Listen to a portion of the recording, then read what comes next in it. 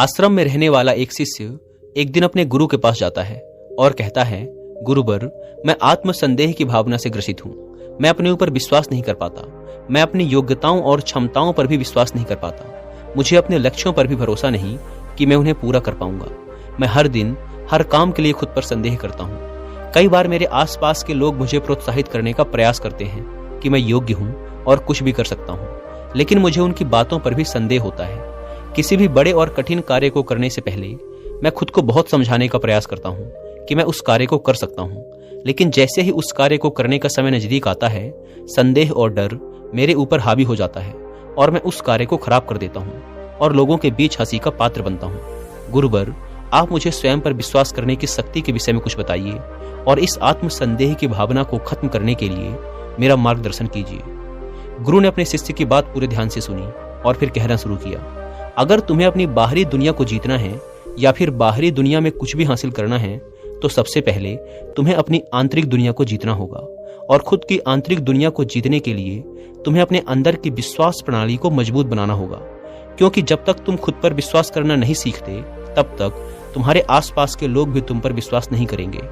एक बात हमेशा याद रखो, दूसरे लोग तुम पर विश्वास करें या ना करें, तुम्हें अपने ऊपर विश्वास होना चाहिए। क्योंकि अगर दूसरे लोगों को तुम पर विश्वास नहीं है पर तुम्हें अपने ऊपर विश्वास है कि मैं कुछ अच्छा कर सकता हूँ, तो ये तुम्हारे लिए बहुत है। हम इंसानों के पास एक बहुत ही अच्छी शक्ति है और वो है विश्वास करने की शक्ति। हर अलग अलग इंसान हर परिस्थिति को अपने नजरिए से देखता है और यही वो शक्ति है।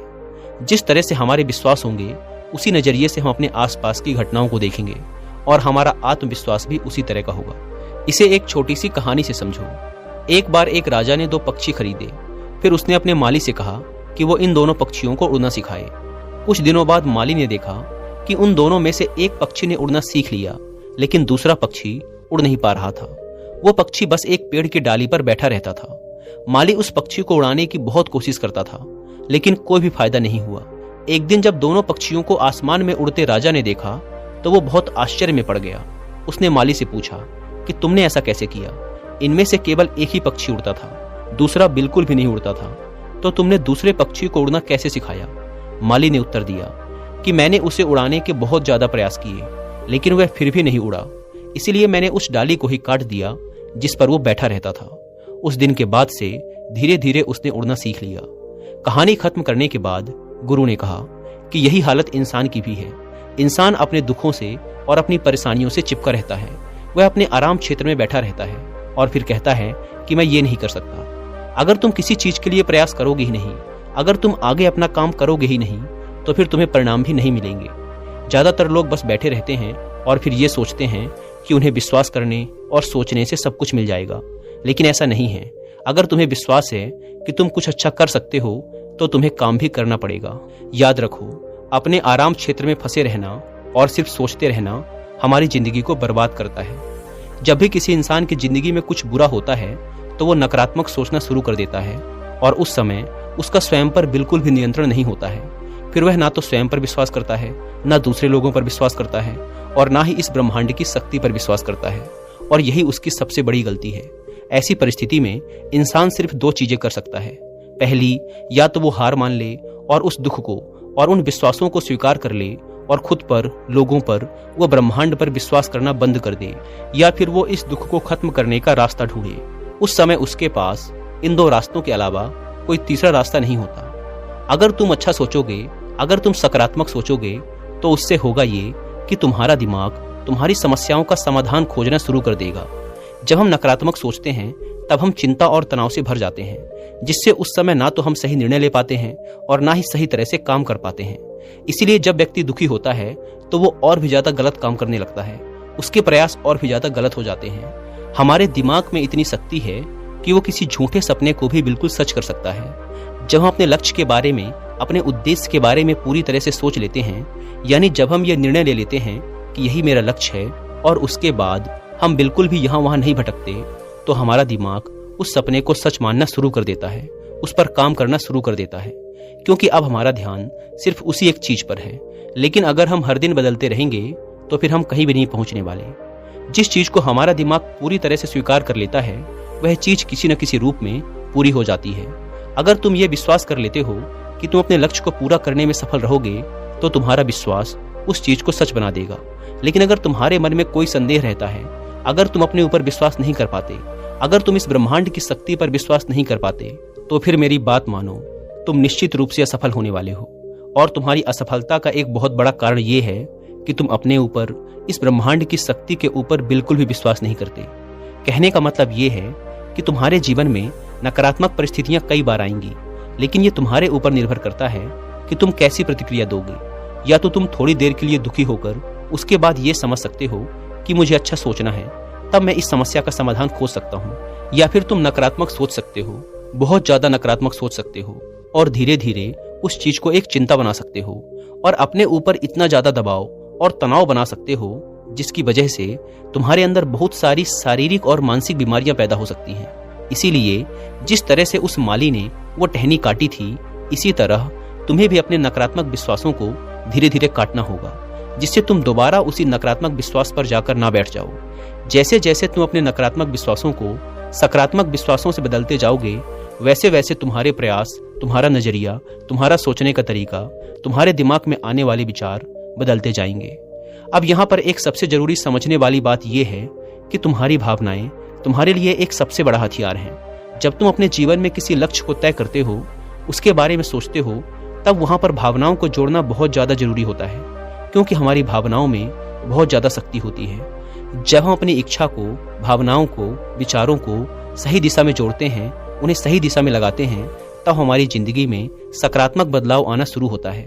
अगर तुम ऐसे लक्ष्य तय करते हो जहां पर तुम्हारी भावनाएं सही जगह पर जा रही हैं, तो तुम हमेशा उत्साहित रहने लगते हो और लंबे समय में तुम्हारी भावनाएं उससे जुड़ने लगती हैं। लेकिन अगर तुम्हें अपनी भावनाओं का सही फायदा लेना है, तो सबसे पहले तुम्हें अपने अवचेतन मन को सही तरीके से प्रशिक्षित करना होगा, क्योंकि जो भी बार बार दोहराने पर तुम्हारे अवचेतन मन में जाएगा, उसी से तुम्हें अपनी भावनाओं को जोड़ना है। और तुम्हारी भावनाएं जब उससे जुड़ जाएंगी, तब धीरे धीरे तुम्हारी वास्तविक दुनिया में भी वो चीजें प्रकट होने लगेंगी। गुरु ने आगे कहा, एक बार यात्रा के दौरान मैं एक बहुत बड़े व्यापारी से मिला। उस व्यापारी ने मुझे बताया कि कैसे उसने अपना व्यापार एक छोटी सी दुकान से शुरू किया था, और उसने बहुत बड़े बड़े सपने देखे थे। वह हर दिन बहुत बड़े बड़े सपने देखता था। वह सोचता था कि उसका एक बहुत बड़ा व्यापार होगा जिसकी शाखाएं पूरे देश में होंगी।